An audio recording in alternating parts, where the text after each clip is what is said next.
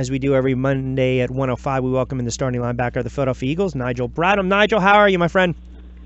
I'm great, man. How you doing? I'm doing well. Tough one last night, and when we talked about it, listen, we know it was going to be a hostile environment. I'm curious right away, the noise factor in that stadium, you know, it seems when you play those types of games and you have to go to those types of stadiums, that 12th man, I mean, we saw it last night. Did the noise at all bother you guys? Was the environment at all any type of distraction? I don't think it was I don't think the environment was the reason we lost or was the distraction for us. No, I mean, we've been in loud environments before. I felt like we play in loud stadiums. I feel like Kansas City was a loud stadium. I mean, we also lost that game too. So, I mean, but I think it did come into play a little bit, but it wasn't really. I don't think it was a distraction. You know, we talked about cleaning up a couple things, and we saw some of the penalties last night to keep some drives alive. And I know, listen, you can argue questionable calls in the NFL, but those are one of the bugaboos that Doug mentioned, you know, cleaning up some of the penalties, and at times the game got a little sloppy. I'm curious, you know, we saw some breakdowns yesterday, and were some of those penalties a result of frustration, just not, you know, and not everyone doing their job, guys being out of position? Or was it, you know, you give benefit to Seattle for making the play? I think it was. I mean, it was some of everything, man. Honestly, I mean, it's hard, but like you get holding penalties and he's scrambling. You know what I'm saying? So, it's tough. It's just situations like that, man. Where things happen, like we weren't able to get him down in certain situations where we felt like we should have had him down. Right. And he was able to create plays, and they was able to force penalties off some of those plays. And that's just what they do. We kind of knew that going into the game. He scrambles for a while, and they pretty much kind of hope that you can get a penalty, a holding penalty or something. You know, he just uses athletic ability that way. They done it a couple teams this year already, actually.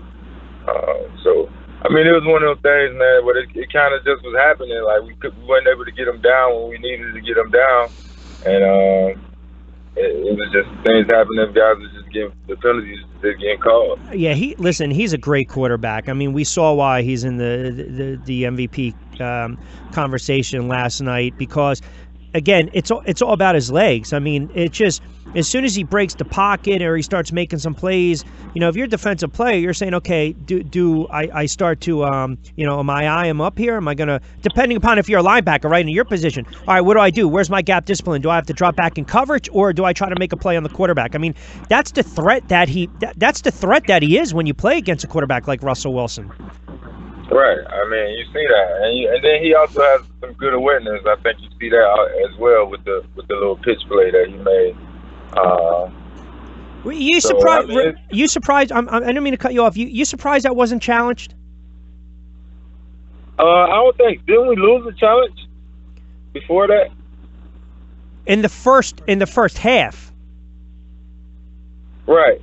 Okay. So that was okay. Because that would have gave up. I mean, you're talking about 17 extra yards in a 17-10 game, and then we saw the missed assignment, and then they were able to score to go up 24-10. I mean, I know it's tough. You probably have to watch that play on film, but you sure we lost that challenge in the first half? I think it was the second half. No. You won. You won the one that they said you challenged. You won that challenge. That was on the spot of the ball.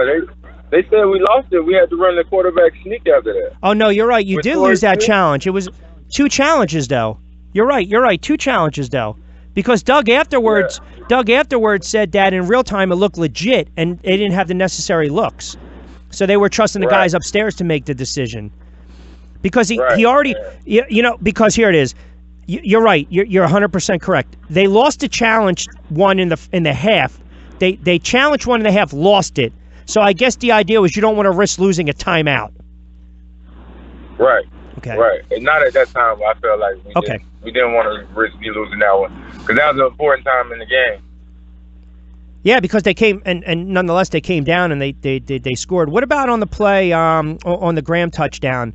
I don't know. Again, it's I know when you have to go back and you have to watch it, but Is that just a case where Graham kind of got lost in the secondary? You get that matchup. I think Kendricks at the time, but, again, it was a good play by Wilson, and Graham just found a way to sneak through. Yeah, I think it's just the way he just got lost in coverage, man. We just got to be more disciplined with our eyes and keying what we do, and staying on our guys. I think that was really the main thing. We just kind of lost him. He got lost in that shuffle some kind of way. So we got to get back to the drawing board, man. Get this thing corrected before we go hit these Rams. Well, it's a point that you bring up, and I wanted to address it with you. This is a game we talked about. The next stretch of games is a litmus test, and we've seen you guys go for it on fourth down before. We've seen you guys, start to open it up a little bit. Carson Wentz put up the numbers in the second half. The fumble's unfortunate. That's a 14-point swing. It happens. But I go back and I always look at it. Well, hey, if you're going to be consistent, you're going to be consistent.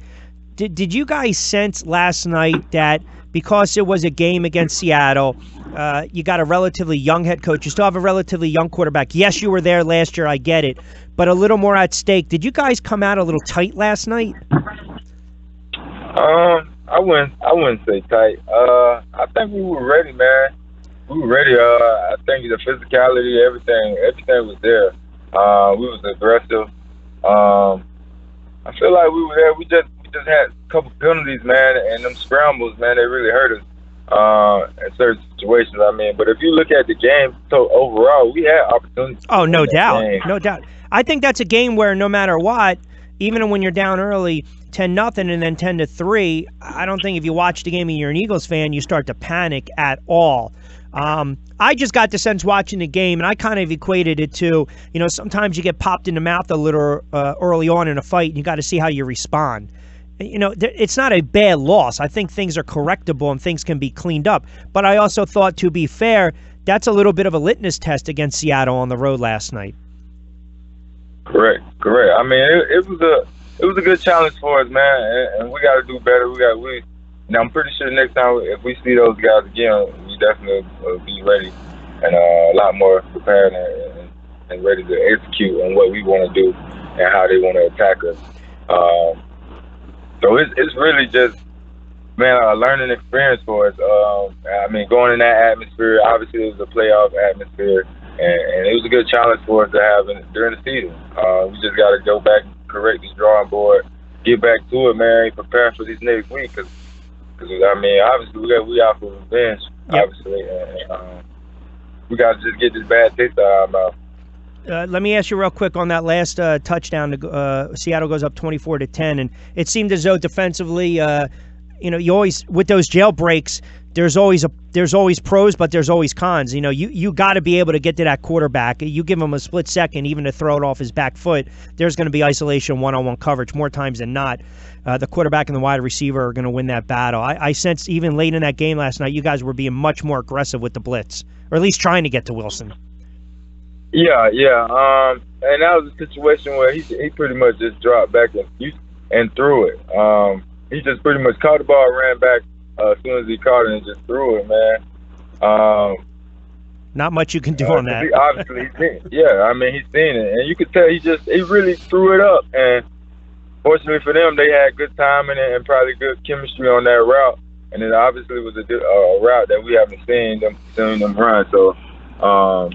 We pretty much was just caught in that shuffle, man, of in between plays, and we got to get that corrected. We got to figure out either a way to get home or have better coverage. Because we're a great man-to-man team. I feel like we're a great man-to-man coverage team. We got great rushers, so we got the ability to make those plays, man, and we just got to get it done. Again, Nigel Bradham, his weekly spot. Rich Quinones here. We'll take you up to 2. You have you'll stay out west for the week. I'm curious when you're out there for a week or so, plus the time that you got out there originally with Seattle. You guys are creatures of habit. Does that? I guess you've been around the block. Does that bother you at all? Sometimes you lose the friendly confines of your own bed, and then you got to jump back out on a plane and make that trek. It seems as though this is probably charted territory for you as far as being out there and then getting ready to take on the Rams on the West Coast. Nah, man. I think we pretty much we treat it as it is what it is. We can line up and play anywhere. We don't care. It don't matter about the time difference or what type of bed we sleeping in. We just take that mentality of it. We ready to play. And that's all it is, man. We just got that mentality of ready. We don't care where we play at or what side of the world we're playing on. We just want to go out there and perform and do what we have to do to get a win. This Rams team is somewhat like you guys. Young quarterback, young head coach on the rise, a bunch of Pro Bowl caliber players, a lot of weapons, good wide receivers, good running game. Gurley, he's running the ball exceptionally well. They got a little bit of a nasty streak to him as well. When you look at the quarterback and you look at Jared Goff, and again, I know it's a little early, it's fresh off last night's, but if you've seen him at all a little bit this year, again, here's another opportunity. You got a young quarterback that can make a couple plays. You give him some time to throw. He's going to be able to pick apart in secondary, but he's also a quarterback just like Carson Wentz that's on the rise. Yeah, you've seen the growth in him, apparently. Unbelievable. You've seen the plays that he's been making, man, is night and day compared to where he was a year ago. And that's great to see the growth in him. That's good for him as a player, as a great young quarterback that's coming up in this league. And he makes plays with his feet as well. He's like you said, he's accurate on the run. It's a lot similar situation. But we got to be prepared for this test, man. It's another test for us. It's obviously a huge game, and we got to succeed this one, man. We got to bring this one home. We can't come out here with 2 L's. So we got to make sure we got to bring one home win. Yeah, because you had the long winning streak, and now you have Minnesota winning, you have the Saints winning. So these are teams that are also going to vie for home field advantage. Listen, it's not panic time, but again, I think you said it a couple weeks ago. You look at the next couple games; they're kind of a litmus test. Now, if you drop, last night you dropped one against the Rams. That's 2 in a row, and then all of a sudden, and I'm not going to say guys are questioning themselves, but maybe eternally, that's when guys start to press a little more going forward. See, and I always believe this, and you can tell me if you agree or not.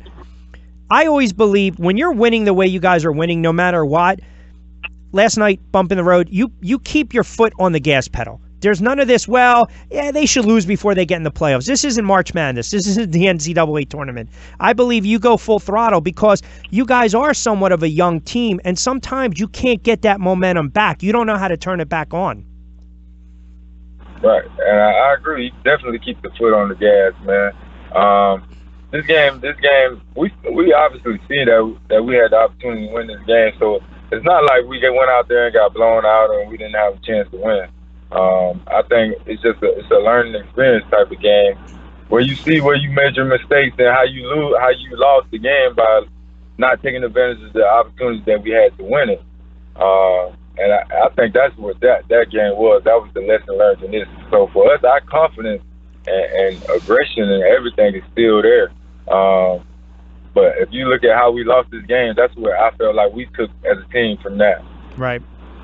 Yeah, it's going to be interesting because you're going to be out there, you got the Rams, and then all of a sudden you got to go back up the Turnpike for the Giants. And I don't know if you heard this, they fired their head coach and their GM today.